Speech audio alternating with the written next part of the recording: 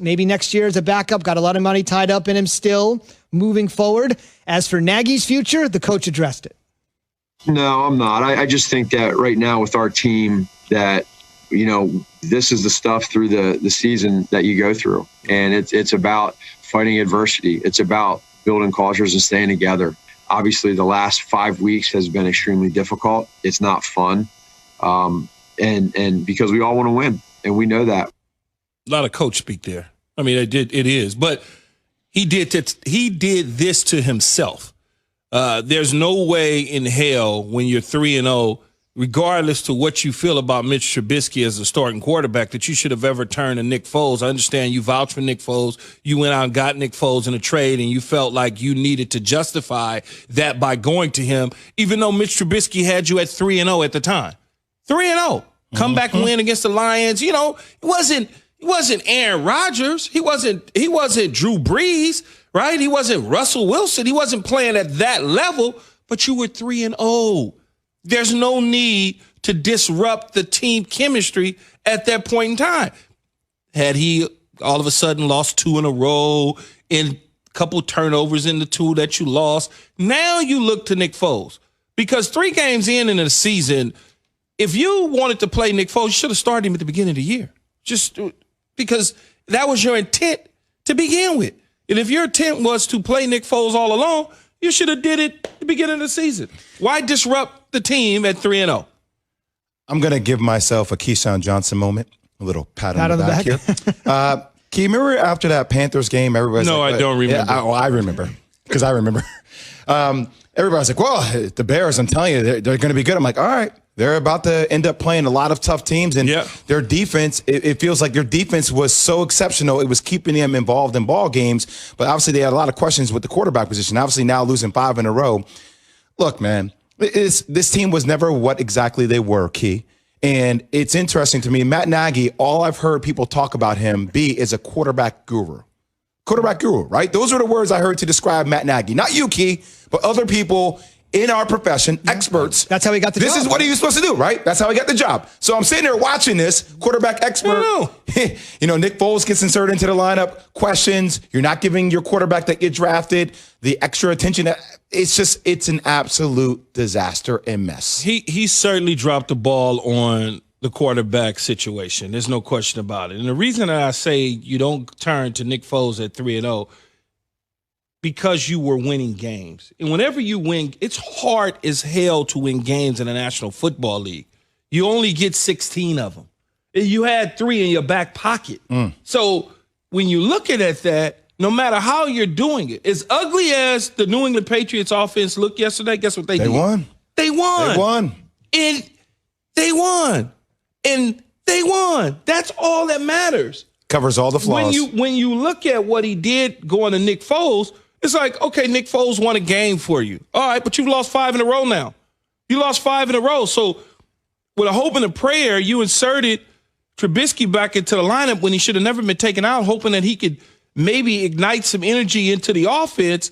The offense was going to be the same as it's always been. But when you let the air out of the room by benching him to begin with, people on the team, other players on the defensive side, they see that. They see them quarterbacks in practice too. And practice is the easiest thing you've ever seen in the National Football League. Wow. Everybody's great in practice. So I'm sure Nick Foles was spitting that thing out, and it was hitting on everybody's in their hands, and it was perfect. But then when you go to the games, you know who Nick Foles is. Nick Foles is a quarterback that can hold it down for a couple games, and that's it. He's that manageable guy for 2 or 3 games, get you over the hump if somebody gets hurt. But he's not the guy who you say, well, I'm benching Jay Will. I'm going to Nick Foles because he's better. Key, one of my friends that played AAU ball with, his mom would always say this when she saw somebody really tall who didn't play basketball. She'd be like, oh, you're kind of a waste of tall. No, right? big for no reason. Right? A waste of tall, right? That's what I want to say about their defense. That's a waste of a great defense. I mean, granted, their defense is getting beaten down over this period of time, but if you had a serviceable quarterback, I mean, they could find themselves serviceable quarterback. You could find yourselves potentially in a wild card opportunity and a Super Bowl opportunity. No matter how great the defenses are in these leagues, if they on the field after straight 3 and outs and 5 and outs and interceptions, they're going to be deflated. Exactly. I mean, that's just what it is. If you think about how Chicago made it to the Super Bowl under Lovie Smith, the defense was lights out. And they had a serviceable guy in Rex Grossman. I said Rex Ryan. Rex Grossman. Serviceable guy. Seemingly always been the plan in Chicago, right? That's the plan in Chicago. That's their DNA. So why all of a sudden do you have to go to Nick Foles when the guy you had in Mitch Trubisky was just this serviceable guy? Goes back to justification. We went up to grab him at number 2. We have to now try to justify who he is as a quarterback, so we're going to throw the ball all over the lot. No, just hand the ball off, run the ball, dink and dunk, and let your defense win the game. Pull a Baker Mayfield. Let me ask both of you guys this question because you guys have been through the ringer of a season, a couple seasons. Quick thing for Mitch Trubisky. Next up is the Lions. The Lions are in turmoil. If there is one team, believe it or not, that Trubisky has actually played great against in his career, Lions dominated the Lions. I'm not sure what that means. Probably means nothing, but they are next. So if the Bears want to try to snap that 5-game losing streak, it's actually the one opponent of the other 31 that Trubisky certainly wants to see. Help me understand this, whether it's basketball or football. On January 6th, 2019, so just about 2 years ago, less than 2 years ago, all right, January 6th, 2019. The Bears lost a playoff game to the Eagles on the infamous double doink field goal. You might remember that essentially where boom, boom, Bears had the hit at the upright, hit the crossbar, didn't go through, and their season was shot. But the future was bright. Trubisky had gotten them through enough. They had this hot young coach. They had Khalil Mack, as Jay's referenced, the Bears defense. Don't worry about it. It's the first time we made the playoffs, I believe, in about 8 years. They'd not made the playoffs in 8 years at that point. Things are looking up with the QB position. He'll get better because we got a QB whisperer, as Jay said, with Matt Nagy, and we got Khalil Mack. In less than 2 years, the building has imploded. How does that happen in less than 2 years? Because you go from January to September. That's a long time, right? That's a long time from January to September. The offseason. The offseason. So now you want to be smart and bright. And, I could do this with him and I could do that. And just do what you did that got you there the first time around. Sure. You don't need to reinvent the damn wheel. Right. It's boring. These coaches are boring. They do the same things over and over. Yeah, Sean Payton wins a lot of games doing the same thing over and over. Bill Belichick wins a lot of games doing the same thing over and over. Bill Parcells, yes, he's stuck in the Stone Ages. He won a lot of games doing everything over and over. Sure. Just do the same thing that got you there. Why all of a sudden do you have to justify the number 2 pick because I'm an offensive so-called guru, expert, quarterback guy? You start listening to that, and they start listening to it. Remember, I've always told you, there's only a handful of good coaches in the National Football League. The rest of them dudes are trash, and I don't care what nobody say. There's a handful of good coaches. The rest of them, get rid of them. Still to come. The Broncos got rid of him, but not by their own volition. A gigantic, mile-high mistake. The league is talking. A boatload of money. Same agent. Wow. They did. Who's he? I need him to do my contract here. It's Bruce Toner. Actually, a good friend of mine. But he did their deals simultaneously, like back-to-back, right? Like, I would say within weeks of each other. Here's the conundrum. I agree with Jay, especially when the division is starting to slip away. You've got a chance to make the playoffs. Everybody in the division does. If you need to give your team a spark, why not do it? But Key, here's the real conundrum, and Jay weigh in on this as well. Their next 3 games, Jay kind of mentioned their next opponent. Tonight, Seattle, then Green Bay, then New Orleans. I mean, if you're going to go to Hurts, that seems like an awfully difficult stretch to try to do something. Not like really, because there's a package that's there, right? And so let's say that the Seattle game is 19-15, a weird score I'll give you. They win or lose? No, I'm saying, let's say it's going that way. It's 19-15, it's going that way. Okay. But Carson is playing bad. Okay. And they can be up by 2 touchdowns, and he's playing so bad. Now the coach goes, what do you think we should do? And they say, well, let's insert Jalen into the lineup right now. And all of a sudden, boom, there's a field goal. Boom, they're moving. Oh, my God, they just scored another touchdown. That's what that package is for, because Seattle, the only thing Seattle can do is go to a handful of plays from this year that Jalen's been in on the offensive side of the ball. They can't, there's nothing out there on him. There's no preseason. So we got to go back now as a defensive staff and go back to Alabama, go back to Oklahoma to get a feel for what type of quarterback that we're getting ready to have to face when he comes into the game. Whatever package that they had the last several times that he's been underneath the center, what does that 10 plays look like? That's the only thing that they got on him. Key, like I told you, on Sunday evenings or whether that's Monday night after the game, the pressers I look forward to the most, Doug Peterson and Matt Nagy.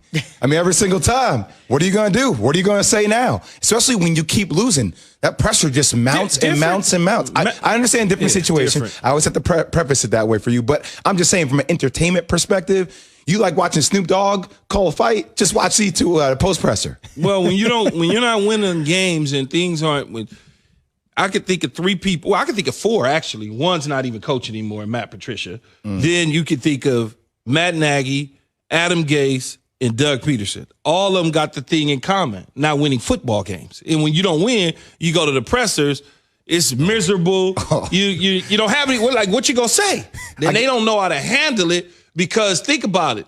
If they were players and they were like great players that played in the league and they had so many press conferences to deal with, you can handle a press conference under any type of adversity, win or lose. You can walk because you've done it before. But when you don't really have that practice like that, it's tough. Adam Gase was absolutely embarrassing yesterday. We'll hear that from was some of embarrassing. Yeah. We'll hear from his. Yeah. In the last minute, take me inside an organization here when there's leaks and everybody's watching practice.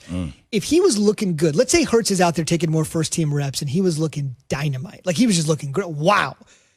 Are you surprised any of that hasn't filtered on out there? Doesn't it seem like anytime anybody shows a pulse, we hear about it in these types of situations? But he may not be showing a pulse.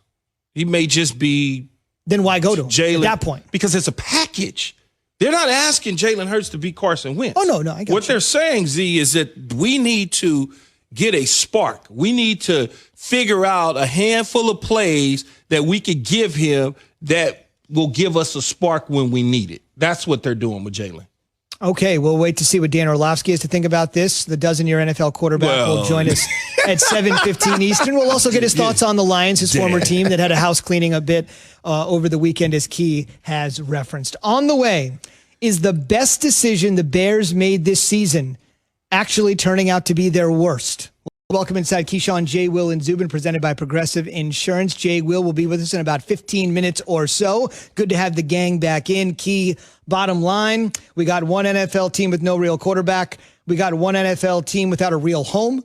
And now we got one NFL team wondering why, even though they've done nothing wrong and nothing is no fault of their own, they continue to have their schedule pushed back. Of course, that would be in order: the Denver Broncos, the San Francisco 49ers, and the Pittsburgh Steelers. Before we get into all of it, and there's so much to talk about, how is the break? We haven't seen everybody in 5 days. Good morning to everybody back with us, if you're back up and at it. Well, I'm still trying to get rid of some of the food that's in my refrigerator. It'll go out today, though. We're done with the whole Thanksgiving. You can't continue to run that back. You run it back once, maybe twice if you have a little things. But after that, it's got to go. But the weekend was good. USC didn't play, so I didn't get a chance to watch that. Got a chance to watch Alabama, Auburn, some other college football. Saw Michigan take another one on the chin. Obviously saw a little bit of Rutgers. Big win for you. Huge. On the road against Purdue. They were heavily favored. No, it was just, it was good. The weekend was good, I must say. Plenty to